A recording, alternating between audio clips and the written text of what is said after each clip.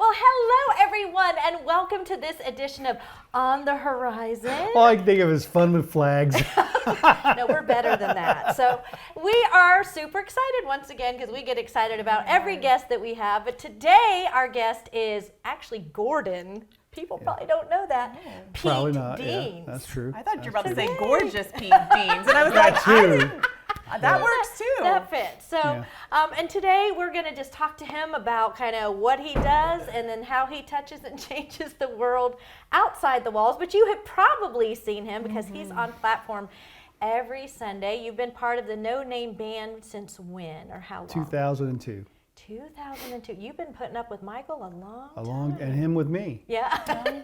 So, Yeah. yeah, you've played different things though, right? At one time, were you playing bass or? I've played bass, I played acoustic guitar, I played electric guitar. One time I even played harmonica. You did? I don't Remember when we did that, The Future's So Bright? Gotta Wear Shades? Yeah, we did that one time. I Okay, played harmonica that's then. cool.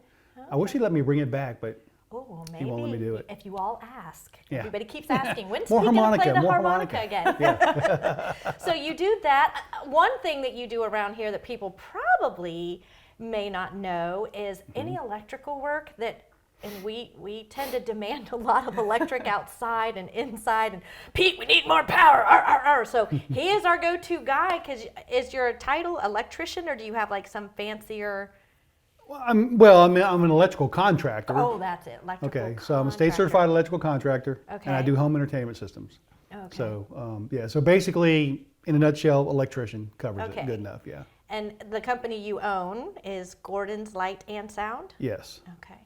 And I would highly recommend, I will say one of the ministries you have is you keep people here hooked up. When I bought a house, there was a lot of issues, so Pete came and lovingly spent time fixing up my house, and I know you've done that for other people. Even our pastor, you've had to give his son power for, I don't know what. Whatever little projects he's Little got going dream on, on, lights in right? his room or whatever else like that. Yeah, had a question this morning. Even had to, Rick Morris says my outlets are out in my kitchen. Okay. so he texted me back and said, "Oh yeah, your suggestion worked." Awesome.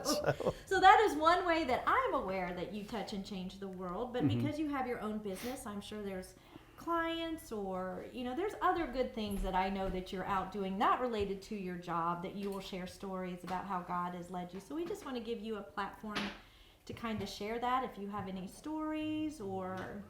That's always tough. I hate it. Almost sounds like I'm bragging on myself, and I don't want to do that. Yes. And I don't want to do that, and probably been not as good at it lately as I have been in the past. But basically overall, just trying to be, when dealing with customers, honest and stuff like that's that. huge. Honest and conscientious.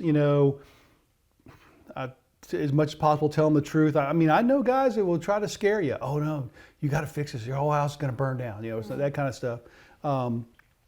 I go in people's attics, and the whole thing is, if you've got somebody working for you, you don't know what they're doing in your attic. And I've been in people's attics, and I'm like, man, you see stuff up there. It's like you can tell somebody cut some serious corners, things like that. So in terms of that, I try to be, a trustworthy, conscientious person when I'm working for somebody, And then in the other ways, just try to hear what God's saying, day by day, in certain instances.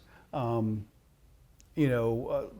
for instance, all the people you see by the side of the road, will, help please with signs and things like that. So sometimes you'll hear God say something about, give somebody, give this person something. Okay. And other times you probably won't hear anything. So you try to be discerning about those kind of things like that. So it's going, I try to hear how God's directing and stuff like that. And I've had, I had one guy, okay, so I have what I jokingly call the Jesus slush fund. Okay. Okay. That's great. So it's just when I have some cash and stuff like that, that's tucked away. And that is Jesus' money. You know, I mean, it's everything's Jesus money, obviously. Right. But that is a fund set aside for little things like that. If God says, you know, do this, bless this person, do this, help this person, whatever else like that, it's some money set away and stuff like that. So there was a time when I rolled up to the 7-Eleven to get a drink. It was at night. There was a guy there. His car was messed up. I can't remember what it was. I don't know if it was his battery. I don't know really what it was. His hood up, and his mom was there, and he's working on the car. And I felt God say, you know, help this guy out. And so I went home. Got some money for him, and came back and walked up to him. I said, man, you know, this is going to sound really weird. Okay, don't, you know, it's about that. But God told me to give you this money. And to help you out with this. And so I gave it to him. And then I just went and got my drink and left because I don't want to make a big deal out of it and so forth and so on. So little things like that have happened along, you know, along the way. I mean, I used to keep like a couple extra umbrellas in my truck. So that one time it was a horrible day, and I saw a lady at a bus stop, you know, and it wasn't a covered bus stop. And it was, you know, rainy and nasty and stuff like that. So I kind of whipped over and got in the parking lot as close as I could, and there came and brought her an umbrella. You know, said, Nice. here's an umbrella for you. Kind of, you know, little things like that. So, you know, I don't know how big it touches and changes the world, but for those you know, people, that's huge. probably for that. But for the most part, you know, on my side of it, it's just like on the times when I'm not obedient, I feel it really bad. You know, it's like, man, God told me to do that. I'm going to get a whooping. Well, that's where we come in. No, I'm kidding. We'll Where's give the you the stick? guilt trip. Yes, Yeah. yeah. Well, I will say, I mean, since I have known you, Pete, I mean, I would think that is one of your spiritual gifts, is just your generosity, whether it be your time, your talent, you know, giving.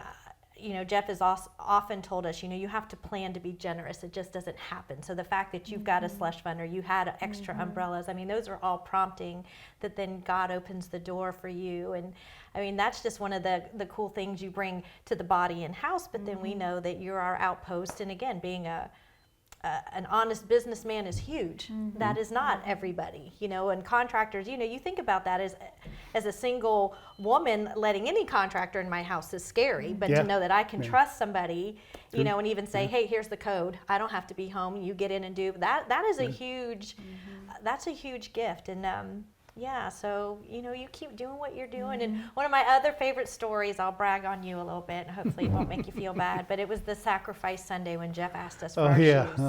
You want to tell him what happened on that day for you? No, you tell it. Oh, I don't know that I'll get it completely right. Well, okay, so so this was whiles back. We were at the warehouse still. If you're familiar with us, you know what we talk about, what we mean when we say the warehouse. But actually, I can't remember the whole thing. I mean, I think Shelly had really wanted me to get some boots. And like she had gotten some really nice cowgirl boots kind of thing and stuff like that. And I'd gotten a nice pair. There's a nice pair of boots. What I would have called more like, they weren't cowboy boots. They were like biker boots maybe. Or something. You know, round-toed, but nice boots. You know, pull-up boots, ankle high, you know, halfway up your boots. And they were some nice boots, nice leather boots, really nice boots. And I think that was the first time I'd worn them, was to church.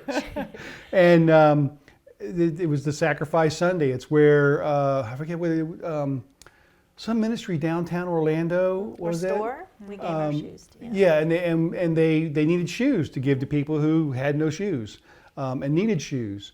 And so the call went out for everyone. If you know, felt the call, the urge from God, it was to donate your shoes. And I donated those boots. I took them up and put them on the pile, and you know, we walked out barefooted. And I haven't ever bought any more boots. And,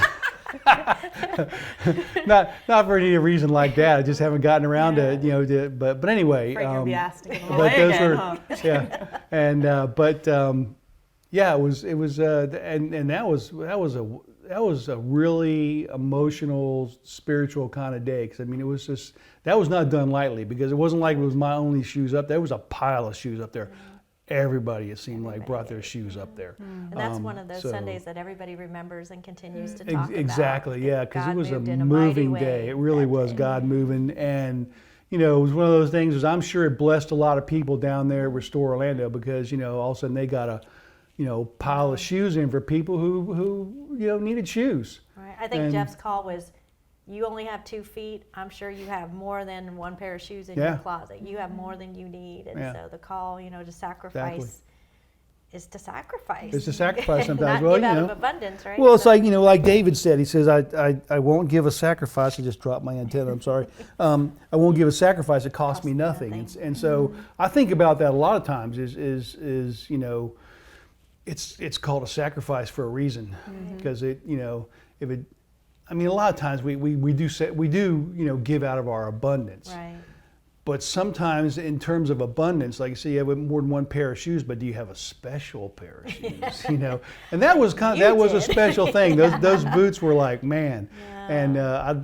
And I guess I hadn't had time to really fall in love with them, but I like those boots. They were nice boots. Maybe that was So, good, right? yeah, it was a good time. But yeah, so that's part of sacrificing. So yeah. And, Well, that is you to a T, I think. well, know. thank you. I So appreciate that. We appreciate you. Again, he was a begrudging. Is that the word? I don't want. Participant here today. I don't like always talking wants about to say myself. no, but you know, we do appreciate you giving your Yes. time, You're your welcome. sacrifice of Very time welcome. today, and your ego on the chair today, and let us kind of just talk to you. But we want our people to get to know you better. And then again, if you have any electrical or sound issues, here's your man. So There you reach out to him. And thanks so much. Is there anything you wanted to? No, I had some stories, my Pete stories, but Oh. I think we've gotten a good picture of his generosity. He's been generous in my life, and I know so many others. I have so many Christmas store stories of how he stepped yeah. in and went above and beyond of offering some of the kids guitar lessons. Oh, that's right. Yeah. That sticks out in my mind, and so thanks for loving our family and beyond the walls. So. Well, you're very welcome. Thank you. God bless. All right. Well, that's it for this edition, and we will see you next time on the horizon.